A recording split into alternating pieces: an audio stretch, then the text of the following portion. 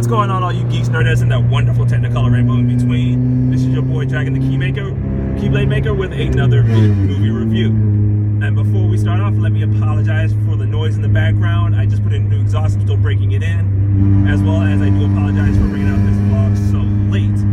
I was working on my car and the process took a lot longer than I expected, so I do apologize in advance for the late release. Okay, with that being said, let's jump into this. I'm reviewing today Ready Player One that just came out Friday, and it is a phenomenal movie. It has pretty decent plot structure. The character development was actually really well done. It wasn't too fast and it wasn't too slow.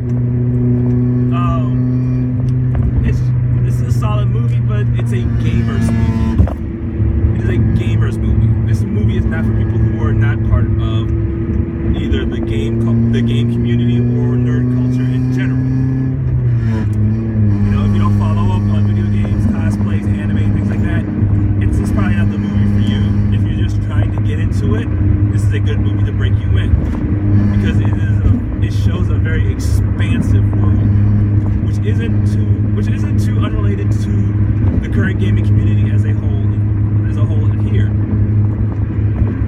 It is a very well developed movie. CGI was actually pretty good. It felt a little outdated and old-timey, kind of almost like their first attempt at doing a Final Fantasy movie, which isn't a bad thing, but I think they could have probably done a little more detail with some of the characters, which is fine. You know, and I love the contrast that they use for characters from in-game to the real-world personas. I'm not going to tell anything. I'm not going to tell about anything because I don't want to spoil it or, you know, deter you from it. But the contrast between the characters in the game, the characters, avatars in the game, and the characters in real life were actually pretty amazing. They're actually really cool. You know, and it showed that there's a huge diversity in the gaming community. You know, we're not all just one thing.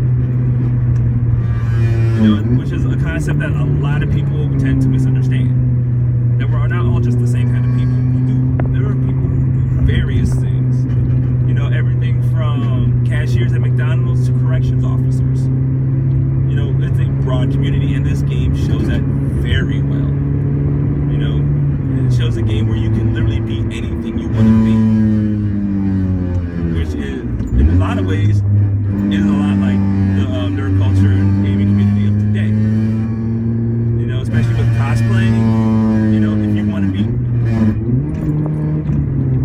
want to be Chun-Li, you can be Chun-Li. If you want to be Dante from Devil May Cry, you can be Dante from Devil May Cry. If you want to be Constantine, you can be Constantine. If you want to be Batman, you can be Batman. You know, and this shows that well in this movie.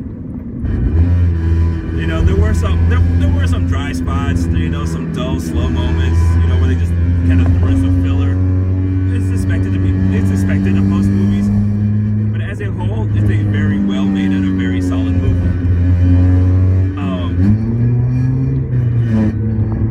The protagonist in the movie, the protagonist was, you know, your stereotypical, you know, outcasted kid, you know, kind of detached from life a lot, from the real world. You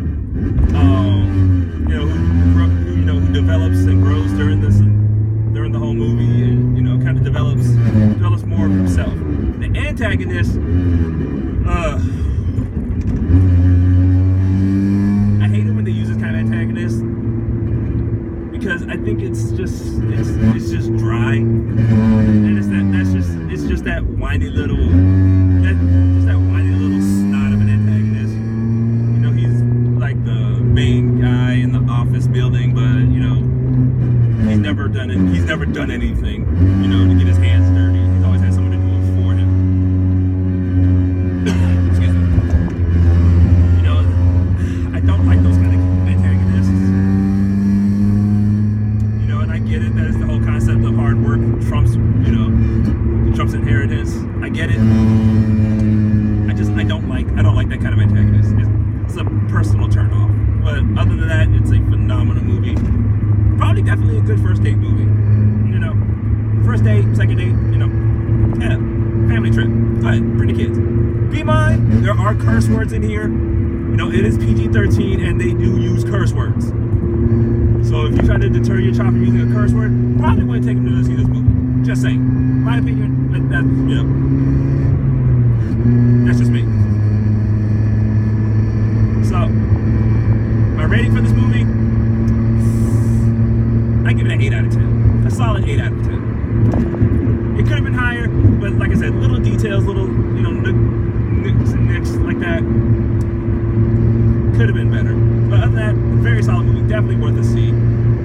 terms of DVD, for the non-gamer, I give it a good rent. For the gamer, the nerd, pop culture community, it's a solid buy. I think this is going to grow into be a little hidden gem, a little cult following movie. So I think it's worth it. I think it's worth seeing at least once in the theaters, maybe twice. But yeah, definitely good solid 8 out of 10. Great, great film work. A little patchy on the CGI here and there, little nicks and pieces, a little more, character development. A little more character development physically, not like the character's personality wise or anything like that. I mean, like physically, like the in-game characters, I think could have been done a little better. They weren't horrible, but they could have done a little more with it. I think because they were describing a whole open world where you could be literally anything. So I think a little more character development would have been good. A little more physical character development would have been good. But other than that, solid, very solid overall. Acting was great. Doesn't seem dry. Doesn't seem too dry. They didn't like trail off or anything like that. I think it's really good. Definitely go see it once. Go see it once or twice, if nothing else. So this is it. I'll end this video here. Give Ready Player One a solid 8 out of 10. Definitely go see it. Good first date, good second date.